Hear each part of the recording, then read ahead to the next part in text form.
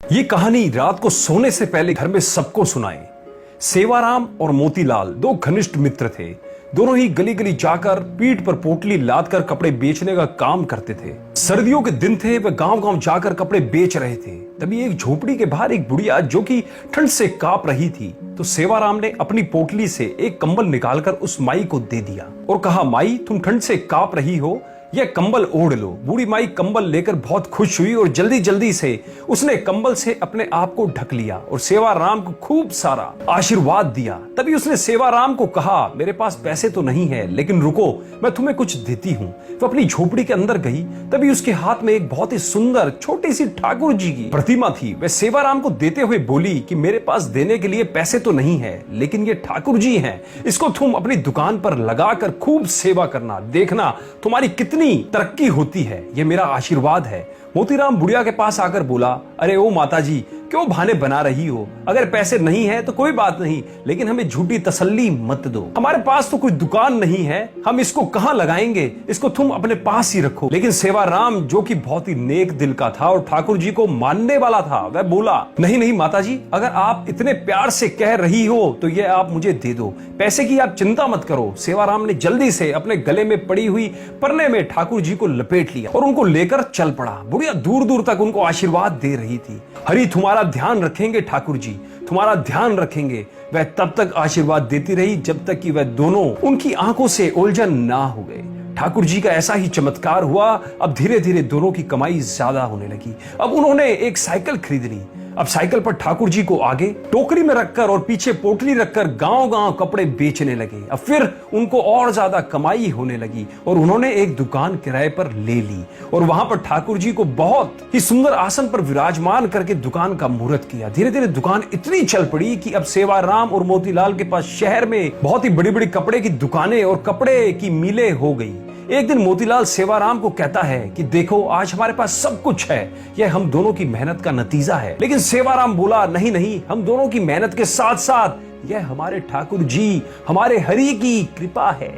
मोतीलाल बात को अनसुनी करके वापस अपने काम में लग गया। एक दिन सेवाराम की सेहत थोड़ी ढीली थी, इसलिए वे दुकान पर थोड़ी देर से आया। मोतीलाल बोला, अरे दोस्त, आज तुम देर से आए हो, तुम्हारे बिना तो मेरा एक पल का गुजारा नहीं, तुम मेरा साथ कभी नहीं छोड़ना। सेवाराम हंसकर बोला, अरे मोतीलाल, चिंता क्यों करते हो, मैं नहीं आऊंगा तो हमारे ठाकुर जी तो है ना।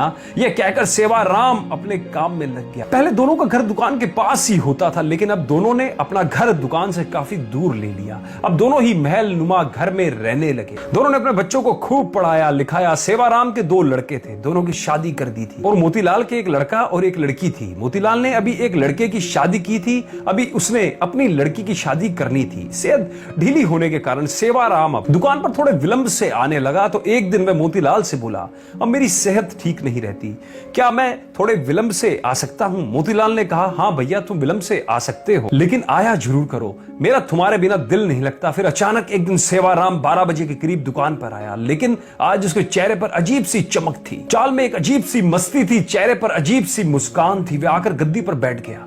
मोतीलाल ने कहा, भैया, आज तो तुम्हारी सेहत ठीक लग रही है। सेवाराम ने कहा, भैया, ठीक तो नहीं हूं, लेकिन आज से मैं बस केवल 12 बजे आया करूंगा और 5 बजे चला जाया करूंगा। मैं तो केवल इतना ही दुकान पर बैठ सकता हूं। मोतीलाल ने कहा, कोई बात नहीं, जैसी तुम्हारी इच्छा। अब तो सेवाराम रोज 12 बजे आता और 5 बजे चला जाता, लेकिन उसकी शक्ल देखकर ऐसा नहीं लगता था कि वह कभी बीमार भी है। लेकिन मोतीलाल को अपने दोस्त पर पूरा विश्वास था कि वह झूठ नहीं बोल सकता और मेहनत करने से वह कभी पीछे नहीं हट सकता। एक दिन मोतीलाल की बेटी की शादी तय हो गई, तो वह शादी का निमंत्रण देने के लिए सेवाराम के घर गया। घर जाकर उसको उसके बेटा, बहू, सेवाराम की पत्नी सब नजर आ रहे थे, लेकिन सेवाराम नजर नहीं आ रहा था। उसने सेवाराम की पत्नी से कहा, भाभी जी, सेवाराम कहीं नजर नहीं आ रहे हैं। उसकी पत्नी एकदम से हैरान होती हुई बोली, यह आप क्या कह रहे हैं? तभी वहां उसके बेटे भी आ गए और कहने लगे, काका जी, आप कैसी बात कर रहे हो, हमारे साथ कैसा मजाक कर रहे हो? मोतीलाल बोला कि मैंने ऐसा क्या पूछ लिया कि मैं तो अपने प्रिय दोस्त के बारे में पूछ रहा हूं। क्या उसकी तबीयत आज भी ठीक नहीं है? क्या वह अंदर आराम कर रहा है? मैं खुद अंदर जाकर उसको मिल आता हूं। मोतीलाल उसके कमरे में चला गया, लेकिन सेवाराम उसको वहां भी नजर नहीं आया। तभी अचानक उसकी नजर उसके कमरे में सेवाराम के तस्वीर पर पड़ी। वह एकदम से हैरान होकर सेवाराम की पत्नी की तरफ देखता हुआ बोला, अरे भाभी जी, ये क्या आपने सेवाराम की तस्वीर पर हार क्यों चढ़ाया हुआ है? सेवाराम की पत्नी आंखों में आंसू भरकर बोली, मुझे आपसे ऐसी उम्मीद नहीं थी भैया कि आप ऐसा मजाक करेंगे।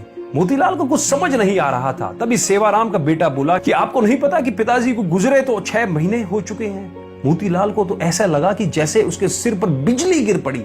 वह एकदम से थोड़ा लड़खड़ाता हुआ पीछे की तरफ हटा और बोला, ऐसा कैसे हो सकता है? वह तो हर रोज दुकान पर आते हैं, बीमार होने के कारण थोड़ा विलंब से आते हैं। वह 12 बजे से आते हैं और 5 बजे तक चला जाता है। उसकी पत्नी बोली, ऐसा कैसे हो सकता है कि आपको पता ना हो? आप भी तो हर महीने उनके हिस्से का मुनाफे के पैसे हमारे घर देने आते हो। 6 महीने से तो आप हमें दोगुना मुनाफा देकर जा रहे हो। मोतीलाल का तो अब सर चकरा गया। उसने कहा, मैं तो कभी आया ही नहीं, 6 महीने हो गए, ये क्या मामला है? तभी उसको सेवाराम की कही बात याद आई। मैं नहीं रहूंगा तो मेरे हरि है ना, मेरे ठाकुर जी है ना, वहां आएंगे। मोतीलाल को जब ये बातें याद आई तो वह जोर जोर से रोने लगा और कहने लगा, हे ठाकुर जी, हे हरि, आप अपने भक्तों के शब्दों का कितना मान रखते हो, जो कि अपने विश्राम के समय मंदिर के पट 12 बजे बंद होते हैं और 5 बजे खुलते हैं। और आप अपने भक्तों के शब्दों का मान रखने के लिए कि मेरे हरि आएंगे, मेरे ठाकुर जी आएंगे, तो आप अपने आराम के समय मेरी दुकान पर आकर अपने भक्तों का काम करते थे। इतना कहकर वह फूट फूट कर रोने लगा और कहने लगा, ठाकुर जी आपकी लीला अपरंपार है।